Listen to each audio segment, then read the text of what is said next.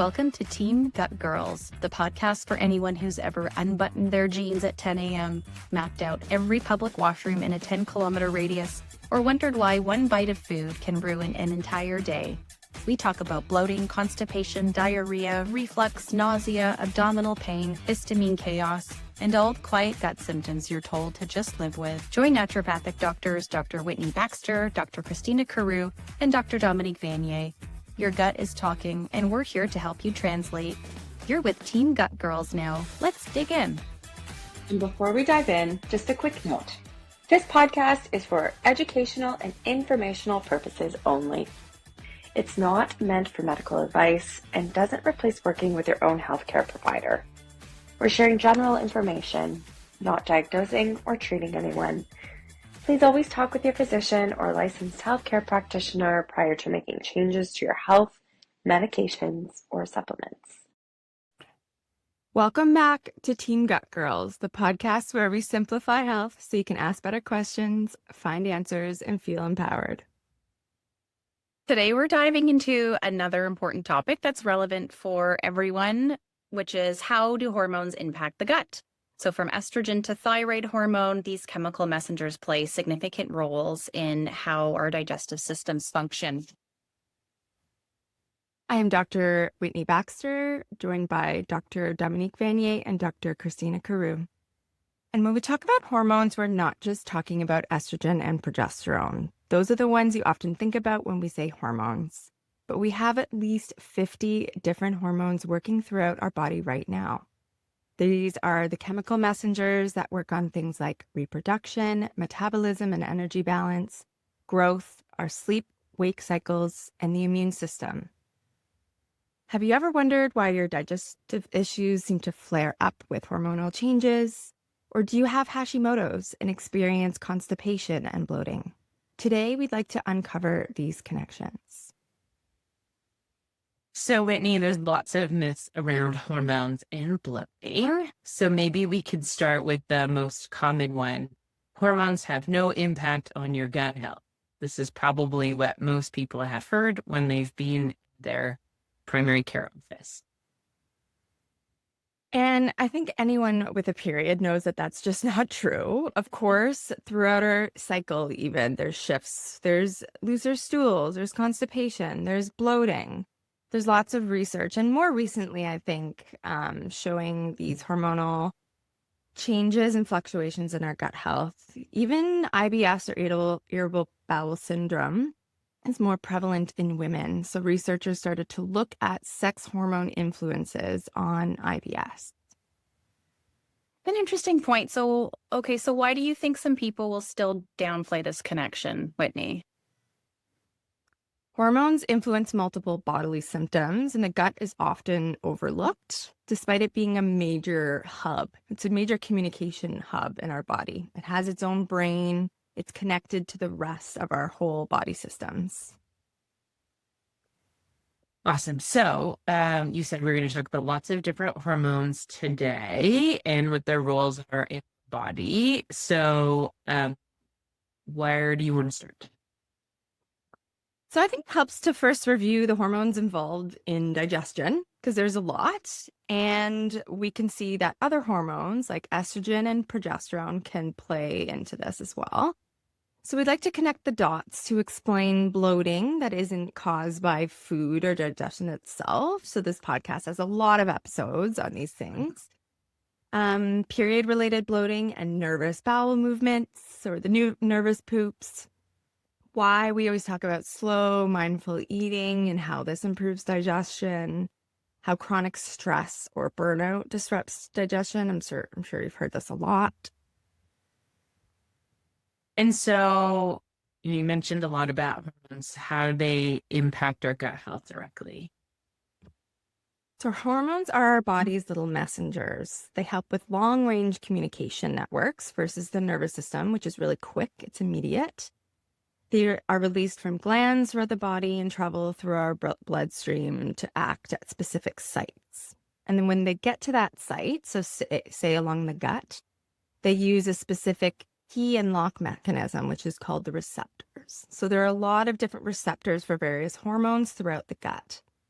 So our stress response is a good example. So adrenaline, so say you get an email you've been anticipating and it's not a good one, and you feel that rush of heart rate starting to beat, your vision starts to go. So that's norepinephrine. That's that immediate response that's happening. But then cortisol, our stress hormone that I'm sure you've heard about, that's also released. But this is through the blood. So it's a little bit slower and has to go through a series of checkpoints, as our hormones do. But its response and its purpose is to keep us being able to run from that threat or react to that email and cope for longer. And cortisol has receptor sites along the gut. So during this stress response, for example, it's going to ask the liver to release more glucose for energy into the bloodstream. It's also going to ask the gut, hey, please stop digesting that meal. We have to keep running. We have to keep reacting. I hope you're going to talk about cortisol belly, because we ask that all the time in clinic. So now, since the whole digestive tract is so complex with, there's many different jobs that we talked about, and there's a lot of messages that are going back and forth. So these messages that we are full, and there's messages that we are full, and to stop the release of hunger hormones, it needs to be able to sense chemicals and nutrients to know what is safe to absorb. Right. And these chemical messengers, these are the hormones.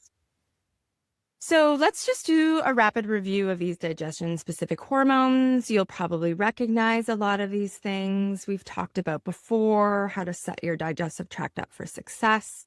So eating without distraction, sitting, being mindful about your meal, smelling that food as you prepare it, eating and chewing slowly and mindfully. So this is just setting the gut up for success so you can fully digest that meal and not get bloated or indigestion. So point one, let's talk about this a little bit further. As soon as food hits the stomach, gastrin is signaled to release hydrochloric acid, also known as stomach acid more broadly, to break it all down. Point number two is once this acidic mix enters the small intestine, secretin is going to stimulate the pancreas to release bicarb or bicarbonate into the small intestine, and this will neutralize stomach acid and helps aid digestion. And then point three, or the third in this whole sequence, is we have another hormone that senses the presence of fats and proteins in the small intestine and triggers the release of digestive enzymes from the pancreas and bile from the gallbladder to help break these down. So we've got something called CCK, which it goes for in short form, or cholecystokinin is what it's known for in the medical terms.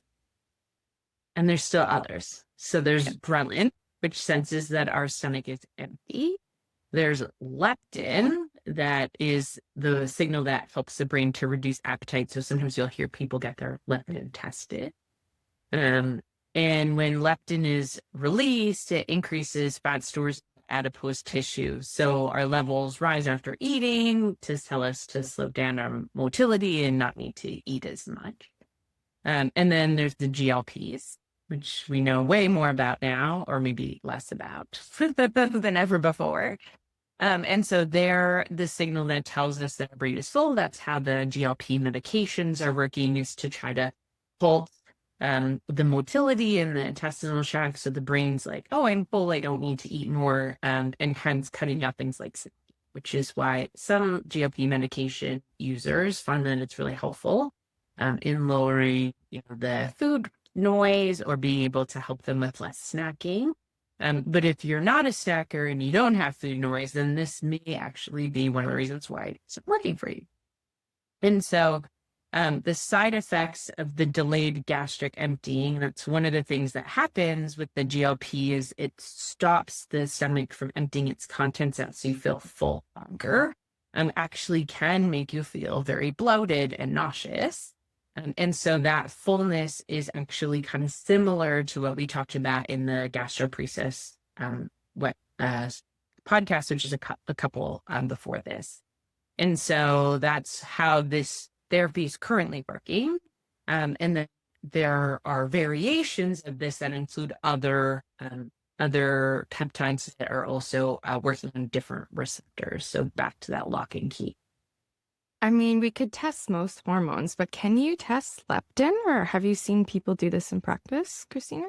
Yeah, I have seen, and a nurse practitioner that I work with, I've seen it come lapse. I'm not sure that it seems like hormones, as we know, when we test them, they're like very up and down. It's like one of the challenges of testing hormones in females is like it changes based on the timing of the cycle, the timing of the day, if they're using medications, all these other components, right? And so it's not that and all of our blood changes all the time. It's a reflection of that moment in time on that day and that blood draw. And so these types of things give us some insider information, but they're not like, it's not like a perfect slam dunk. It's not like an x-ray of a broken bone where we're like, that bone is clearly broken. It will still be broken even 12 hours from now. Hormones are very fluctuating, so it becomes really challenging. Mm-hmm. Yeah, great point. And similar, insulin is a hormone release, but that too, there's so many different ways of testing it. There's fasting insulin. There's a 2-hour glucose tolerance test. If you've had a baby, that's what you're doing, and it's the worst.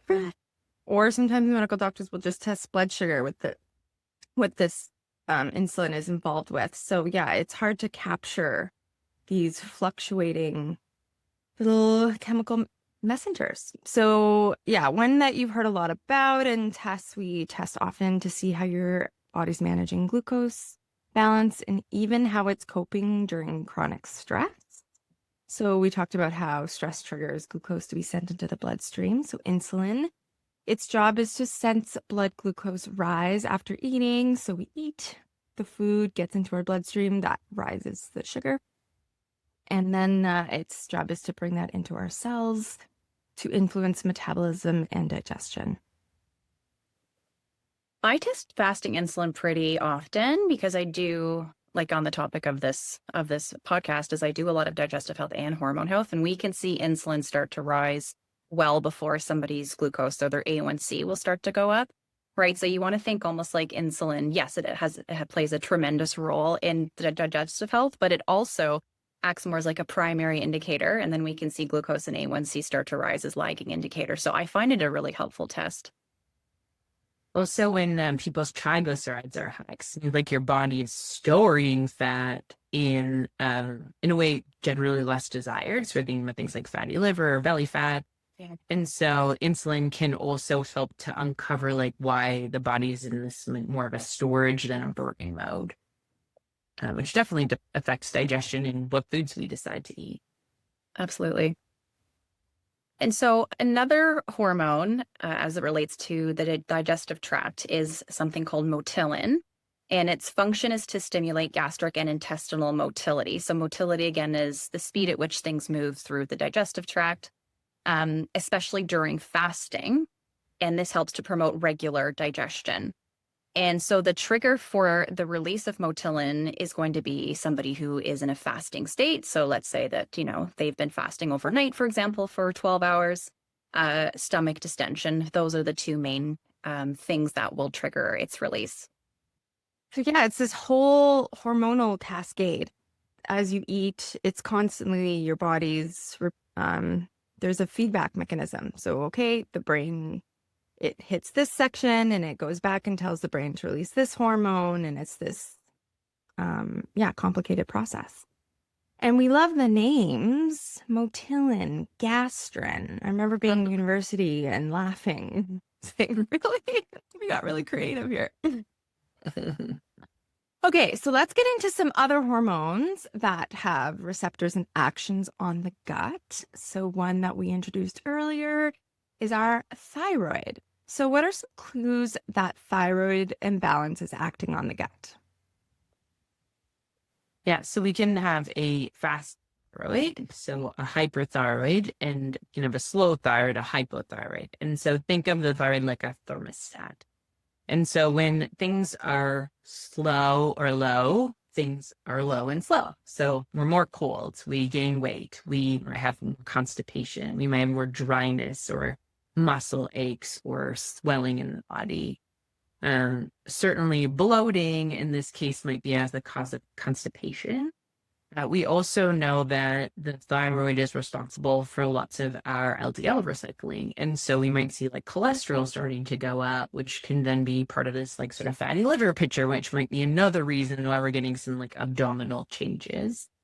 And so that's like sort of slow thyroid. And then we can also see, maybe not related to bloating as much, but a fast thyroid actually can make people feel more, I would say, often confused with like menopausal type symptoms. They feel more hot, they feel more agitated, they may have some heart racing, so there's more diarrhea. It's the other way, things are going too fast, or insatiable hunger. And so the thyroid really does regulate this sort of continuum of what's going on in the body, and even a little fluctuation can actually show up as a large amount of symptoms. So you don't have to be fully in a state of hypothyroid where you are needing medication, but you may actually be somewhere on the continuum and still be getting constipation. So it's not always only once you cross this line you get these symptoms, you're going to get maybe some of these symptoms along the way.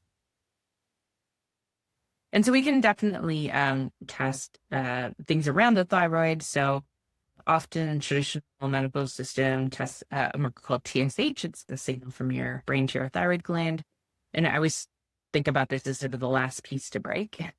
So generally, if the TSH is going wild, then this has been a problem for a long time. It's like yesterday, my thyroid stopped working very well. We can actually do a full thyroid panel, which includes things like free T4 and free T3, and even thyroid antibodies, which are similar to what Dr. Vanier mentioned, is like this sort of, insulin is a precursor to diabetes. And we can think of some of these thyroid issues as being indicators of like a future thyroid problem to come, and is a place where we can actually make a lot of change and reverse things that are maybe no longer our destiny by just knowing that they're there. It's a great point. You can really get a full picture. Sometimes you do have to pay out of pocket if TSH is normal. It doesn't, the health system won't cover the active thyroid hormones because that's just where you live. Depends on where you live. But here it's about $25 for each one. So it's worth it sometimes just to get a full picture of what we're looking at. But yeah, so thank you. That was a great description about our thyroid. So let's talk about insulin resistance. What are some clues that insulin resistance is at play? So we talked a little bit about this before, but insulin regulates blood sugar levels, and you want to think of it like, insulin and your glucose are best friends. So in order for glucose to get in the cell, we need the presence of insulin. One of the caveats is that you actually don't necessarily need this when you're exercising, which is why exercise is so amazing for getting glucose into the cell out of the blood. But interestingly, insulin also has implications for gut health, like we started to go over before. And we do know that elevated insulin can promote inflammation and influence gut permeability.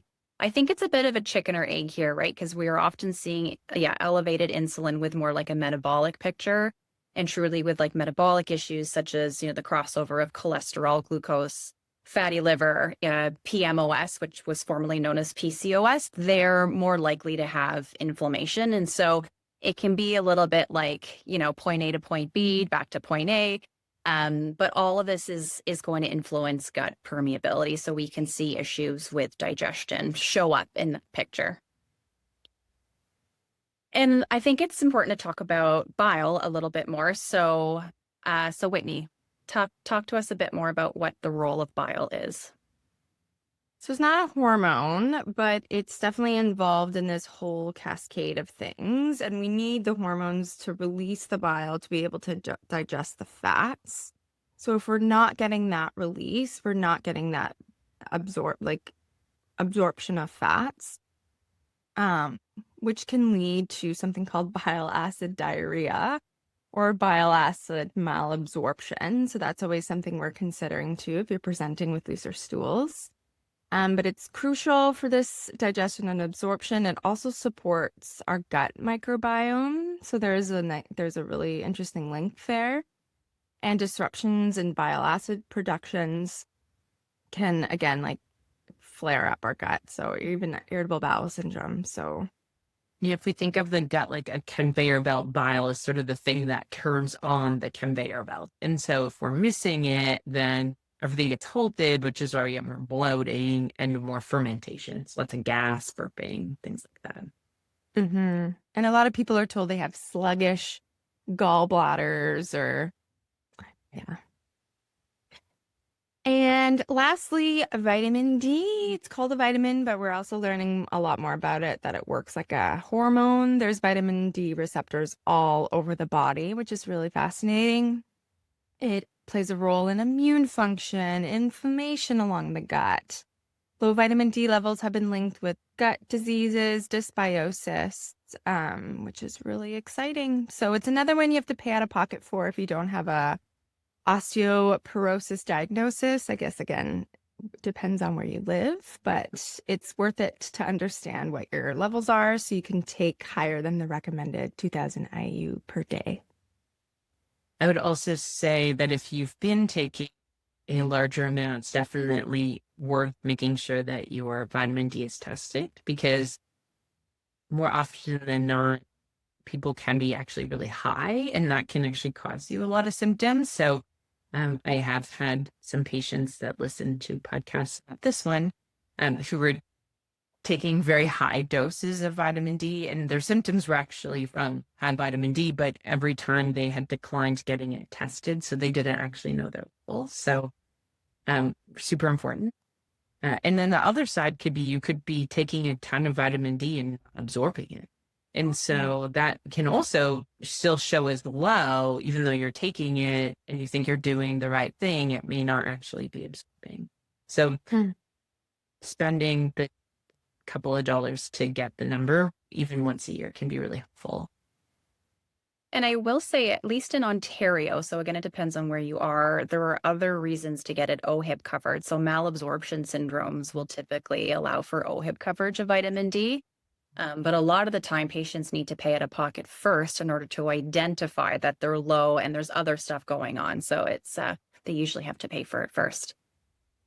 I want to talk a bit more about cortisol, because we know that that plays a role with stress and then further can affect our gut. So Whitney, let's talk a little bit more about that. We'll talk about testing cortisol too. You brought that up earlier, and whether we do that or how we do that. I think that was something that is good to talk about. But yes, we've all experienced this. High stress can significantly impact our gut, hormonal digestion cascade. When you're stressed, you may have bloating, looser stool. Some people have no appetite at all, and maybe they're really constipated or uncomfortable. So it really depends.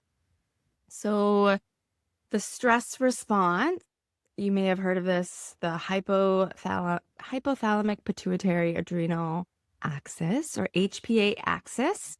So our hypothalamus is in our brain. That sends a message to the pituitary, which is also in our brain, which then travels down to the adrenals and then releases the cortisol and mineral corticoids, just to basically help our body deal with the stress.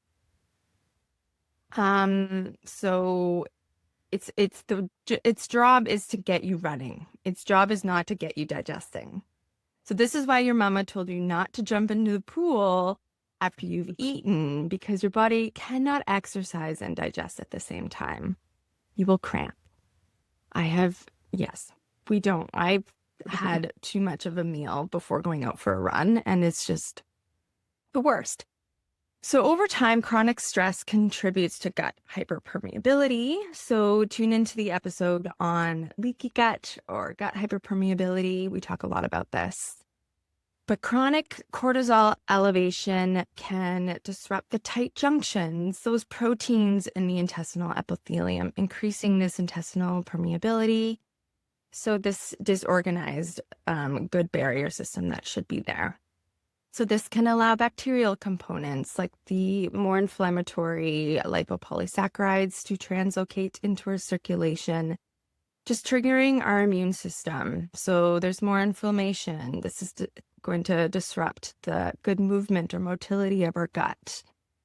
So that can slow things down or that can speed things up, leading to bloating and discomfort.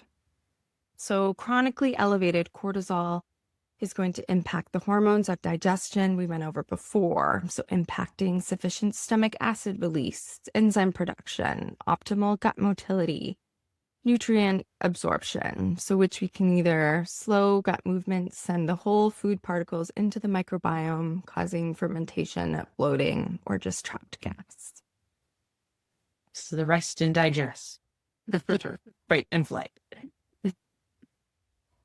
Maybe this is a good switch into cortisol testing, right? And I think it's quite similar to what we talked about before, which cortisol is just fluctuating pretty constantly, right? And so somebody does have the option of testing it at 8 a.m. or at a different time, and it's supposed to be highest at 8 a.m. and then there's another peak around midday, and it's supposed to taper off. But even if somebody's cortisol is normal, which most of the time it will be at 8 a.m., it doesn't mean that they're not experiencing stress.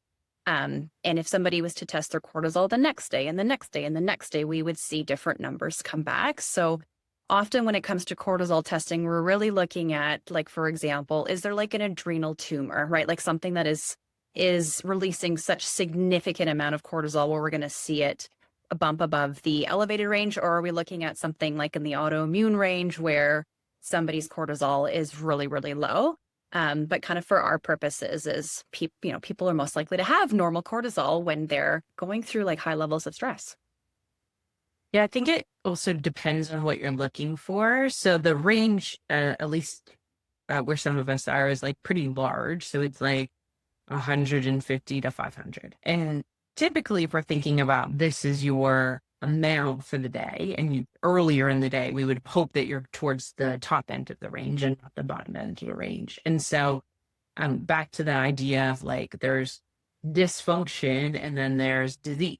And so we may see, one of the things that I will sometimes do is run this test, and I see people are, a little bit on the low side or chronically high. I have had people that have been chronically high, like, so 500 being the top of the range. I've had someone who's 18 and she's 900. And so then we're like, okay, well, is this normal, right? Is this a dysfunction, or is this, also I didn't want to get my blood tested. I was irritated by going there, all the other things that happen. And so there are some the ways like a salivary test where someone can do it at home. So we can kind of see, are they historically low? It was actually what drove me to become a naturopath in the first place. My salivary cortisol was actually a straight line. Should be like a mountain. And the naturopath I seen so at the time was like, how are you existing? And so it actually like opened the door for me to understand so much more about what was going on in my body. And so like not similar to the others, not perfect tests, right? We're often not looking for disease, but we're looking for clues to tell us like how your body's running, not just how you're feeling. Sometimes it's nice to have a piece of paper that says something's not right. Wow, that's fascinating. Good thing that you caught that. And like you said, sometimes with the symptoms, plus you do these tests, it's going to give us more information, right? Because you can't always capture that hormone exactly where it needs to be to give you that information. But if it is lining up with your symptoms and how everything else looks, then it can be an answer to that, and it can give us some more options to support you. And so on the topic of stress and cortisol, again, we want to talk a little bit more about insulin. We know that higher stress levels over time, may lead to some sort of insulin type of resistance picture. Elevated cortisol levels will increase blood sugar levels, prompting the pancreas to release more insulin. So there is definitely a relationship there. And then this can disrupt the delicate balance of insulin and glucose regulation, leading to cravings for things like high sugar foods, and potentially cause weight gain. And we see that in like ghrelin and leptin too, is like some people when they're stressed are eaters, right? They just want to just fill the void. And some people when they're stressed don't eat at all. And so they have periods of time where they have rapid weight loss. And some of that is regulated by the hormones. Some of it is regulated by our traumas and our past experiences. So some people, food is a control piece for them. And so that may also dictate how they affect things regardless of how the hormones are speaking. But just to be conscious of that, that stress actually can play a big role in bloating, because some of that actually might be, putting more food in. And a lot of these hormones have told us that the adrenaline will stop the motility. So we're putting more in and it's moving. And so that may cause more of the bloating that some people experience. I eat when I'm stressed. Oh, wish I didn't, but just. Okay, our microbiome takes a hit too. So lots of sustained high cortisol can impact beneficial bacteria species. So bifidobacterium, Akkermansia, that's one of those keystone species that supports our healthy gut lining and all the other good species. High cortisol can shift our microbiome composition to more of a pro-inflammatory state and suppress short-chain fatty acid production. So again, we've talked about the microbiome before. This is not a forever ecosystem change. It can be very dynamic. But if you are constantly having that stress HPA axis system being turned on, and if it's just constantly signaling, then we're gonna want to do some kind of repopulation work. Okay, next I want to go back to some more myths. I hear this one all the time. Some naturopathic doctors hate this word. Other people use it all the time. So I'm curious what you two think. What about hormone balancing? Let's talk about hormone balancing. I'm going to ask you both. Tell me more. Not my favorite phrase. I think it's also flashy. It's like, oh, my hormones are imbalanced, so I need to balance them, right? But I think it also is a little bit vague, like what hormones are out of balance. And you can have one hormone that's, potentially not optimal, or so, like, for example, right, fasting insulin can be not high, but not optimal. We can see symptoms, but that can cross over a lot of other symptoms that we see with other hormonal issues. So yeah, definitely not my favorite reference to hormones. What about you, Christina? I say I'm guilty of saying this, definitely, because I think about it. So maybe I think I have a different brain. So this is what I was hoping for. This is why I think about it this way. So especially when I think about women who are cycling regularly, that there is, having run a couple hundred hormones, I could say, like, in general, women are generally this much estrogen, this much progesterone. And so it's a bit of a ratio for me. And so if someone is much higher in estrogen and lower in progesterone, I start seeing a bit of a teeter-totter. And so I would consider that imbalance, like where we're like seeing a lot of one and not as much of the other. It doesn't mean, it may mean that we need to do some work to either like lower one or raise the other.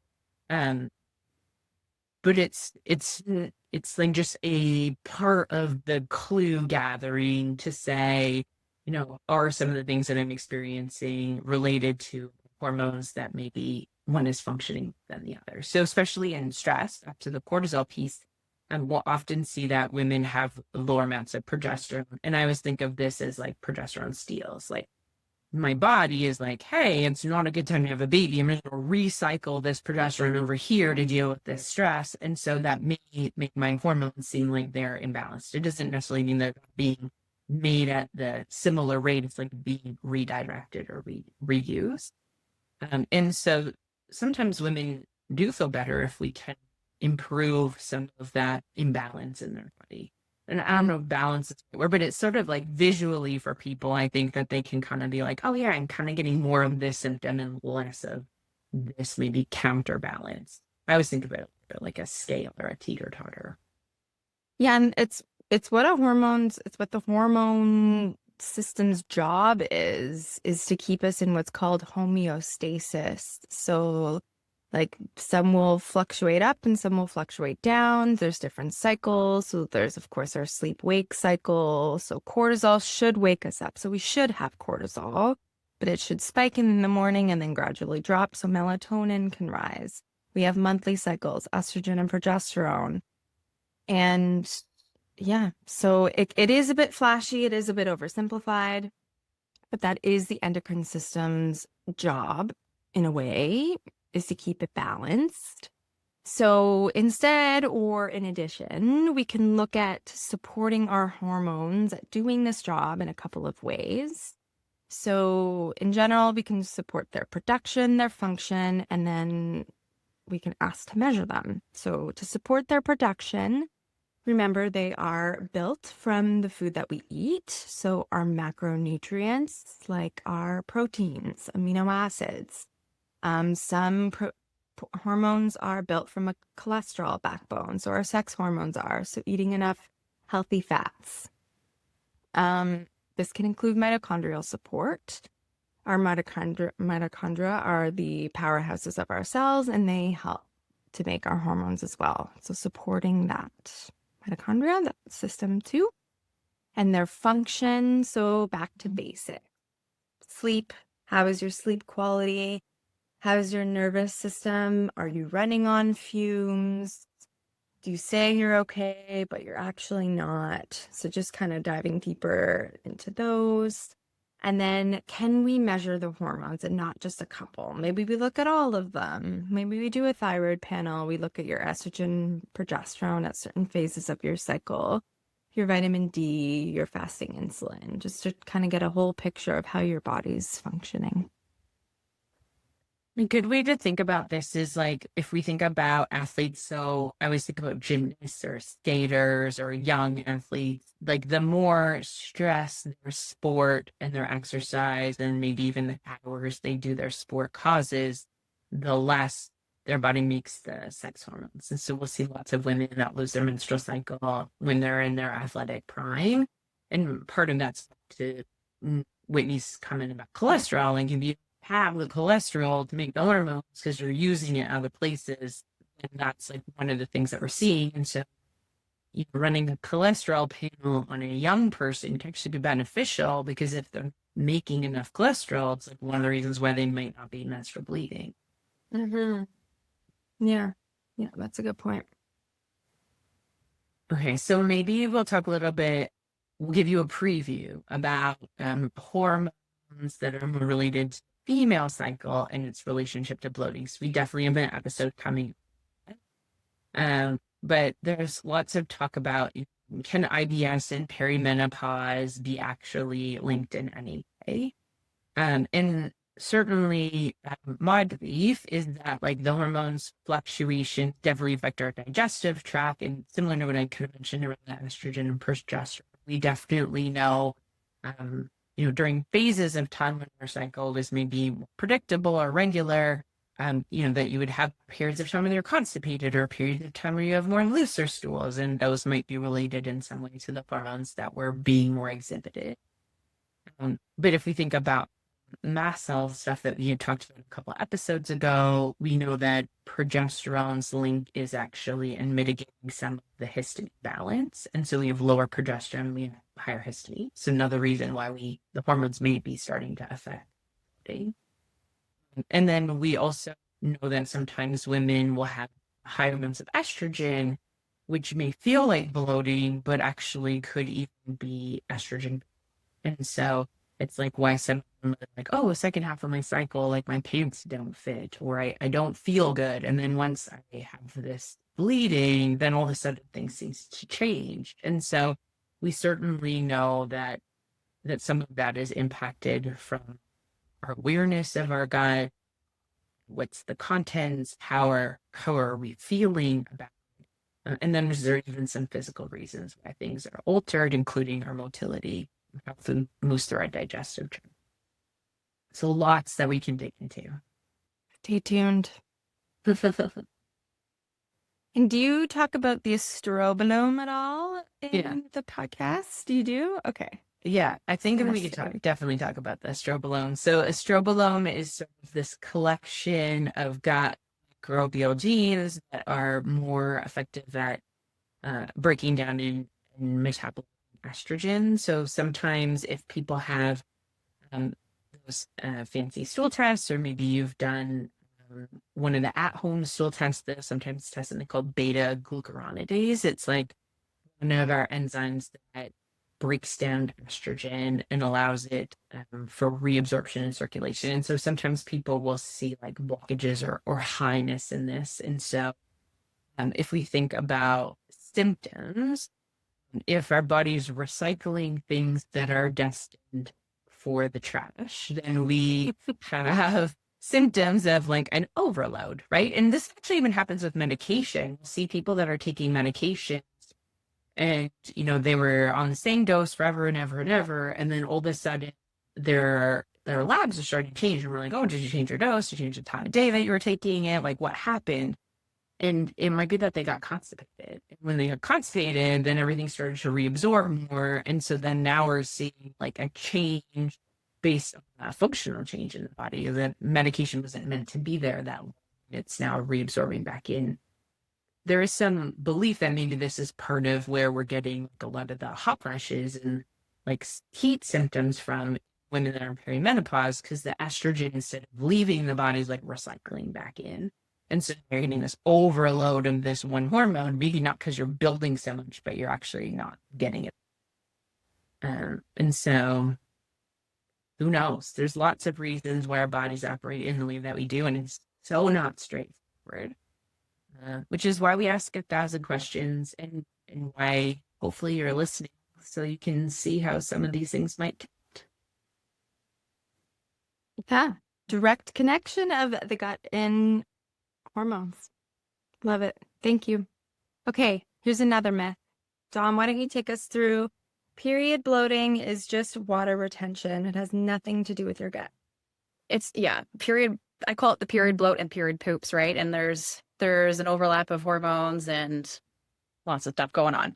So the truth is that while water retention plays a role, hormonal changes slow gut motility and can cause gas buildup and constipation. So, when I'm talking to patients, I'm asking, are you more likely to have constipation right before your period? Because anytime, as we know, when we are more constipated, we're more likely to have bloating. When things are slowing down, we're more likely to distend and bloat. But we also have prostaglandins that play a role at this time too. So prostaglandins released during your period can also trigger diarrhea and cramping in the digestive tract. And then estrogen is primarily known for its role in the female reproductive system, like we've talked about, but it also protects the gut lining. And so there was a randomized control trial which indicated that estrogen can enhance gut barrier function by supporting the integrity of tight junctions. And we know that the tight junctions are critical for preventing permeability. So there's a really important role there too.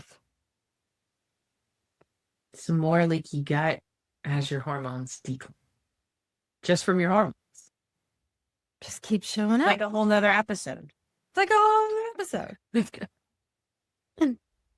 And patients ask me this all the time. I'm sure they ask you too, but birth control pills, and they've been told they don't impact their gut. I looked into this more and the data was mixed. There wasn't really anything statistically significant. They were looking at the microbiome. So I don't know if that was the best place to look, but there was nothing that was found after a 6-month study. The vaginal microbiome saw some things. There were some benefits with oral contraceptive use, actually. A 2-year longitudinal cohort study found that oral contraceptive users had more stable vaginal microbiomes and less bacterial vaginosis. So that's positive, but in other studies, it showed that it may increase the risk of candidiasis. So basically, if you're starting or stopping a pill and you notice some vaginal changes or indigestion, just talk to your doctor because there could be a link here. Okay, so let's go through some practical takeaways to support optimal digestion and understand how your hormones can be at play. So simple things we've talked about before: track your digestive symptoms, but do it with your cycle. So a lot of these free apps like Clue will have gut symptoms in there. So bloating, constipation, diarrhea, which is great. Or you could do it in your iPhone calendar, somewhere where you can take a step back and look at the month and try to see if there was any correlations with different phases of your cycle. So when you feel bloated, changes in bowel movements, energy dips or cravings, where you are in your cycle, so this can all have some patterns. So maybe some more bloating in the luteal phase, or pain or discomfort where estrogen is spiking right before you ovulate. So this is always data for us when you bring us more information. In fact, we'll often give you this as homework if you haven't done it before, but it's really, really helpful to start to see when you're noticing these symptoms. And a lot of the apps also have like a area where you can add your own information in. And so it might be useful to say, like, this was a very stressful period of time where I wasn't sleeping very well. So we can start to think about some of those other reasons why we see hormonal imbalances having more impact, or I was extremely hungry, or I didn't eat at all. Because all of that information can be really helpful. And in the moment when we're experiencing it, we're like, oh yeah, I'll totally remember that. But we don't remember. Like, I don't remember. I'm pretty sure someone else doesn't remember, and I'm clued into remembering. And so I think that helps us to be more of our own detective work in our body, and definitely helps the practitioners to get more information. And I always think that the information that someone else said was like useless or not helpful is actually usually the most helpful information. And so don't disregard it, even if someone says, oh, that's not helpful. Just bring it up to a different dog.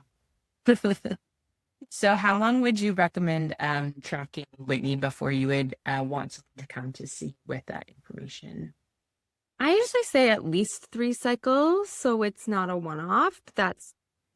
You have to consider if you're regular too, if you have a regular cycle versus irregular cycle. So try to capture 3 cycles at least. I mean, even 1 is helpful, if nothing. All right, what if someone's cycles are irregular, or they're in perimenopause, or even if you don't know you're in perimenopause, we still say track. So these symptoms are true to you. So something is going on in your body, and you might notice some kind of pattern. Maybe it's related to sleep or foods that you ate that month. Maybe something else is going on. So it starts to like capture some kind of pattern. It's not perfect. Hormones are all over the place, as we've learned. Yeah. So next, let's just talk about some foundation. So focusing on foundations is key before restriction. So before you start to cut out the foods or start on an expensive supplement protocol, let's remind you to eat in a calm state. So really optimize the gut's job at digesting something effectively. Taking some deep breaths before you eat, especially if you are someone who is undergoing a lot of stress right now, or you're in a high stress phase of your life. Deep breathing before your meal can make a huge difference, just to support the digestive process. Chew thoroughly. I read that 40 chews was the most optimal. I think that's crazy. So 20, and start with 20. And putting your fork down between bites can really help prevent rushing through a meal. So this is going to support the release of gastrin, that CCK, and other digestive hormones we talked about. And then building your meals to help support your hormones too. So getting all those essential proteins and fats, and even the minerals and vitamins. Your body needs those amino acids and cholesterol to build the hormones. So let's finish up with how to talk to your practitioner. A lot of people feel dismissed when they bring up their gut symptoms, especially if it's coinciding with hormones. So here are some things that you can say at your next appointment. So I'm noticing a correlation between my cycle and digestive issues. Could we explore a potential hormonal connection? I want to understand how my stress levels might be affecting my gut health. And maybe I would add, what lifestyle changes should I consider to manage my symptoms? Another piece that we might look at is like asking for more comprehensive blood work. Sometimes this is met with, what is that going to tell you, or how will that help? It can be helpful depending on the practitioner that you have. You may find it also frustrating if you ask a practitioner who's not used to running those tests so that they know what the tests even mean. But some of those we mentioned were like the full thyroid panels, including free T3 and free T4. If we would also have things like checking fasting insulin or vitamin D levels, or even estrogen and progesterone at specific points in the cycle. And if your first ask is met with a negative response, just ask someone else. There will be someone that can help you to get this information. Yeah, and you're asking questions. You're not diagnosing yourself. Most practitioners appreciate when our patients come and are engaged and they've looked into it. And we're just gathering information. Okay, so today we explored a lot. We went through how thyroid hormone, cortisol, insulin, estrogen, and progesterone, and other hormones of digestion impact gut function, but also could be the underlying cause or contribution to your bloating. Some hormones slow down the motility of the gut or movement of food and gases through and out, so that could lead to bloating. Some hormones trigger an immune response or hyperpermeability of the gut lining, which could also lead to bloating. So we hope that you learned some things to talk to your doctor about, how to track your symptoms, and feel more empowered with your gut health. As always, thank you for listening to Team Gut Girls, because better health, gut health changes everything. Thank you for joining Team Gut Girls. Like, follow, subscribe, and share a podcast with friends you think will want to know more about their gut. You can also visit us at teamgutgirls.com for show transcripts and more information, because better gut health changes everything. See you next time.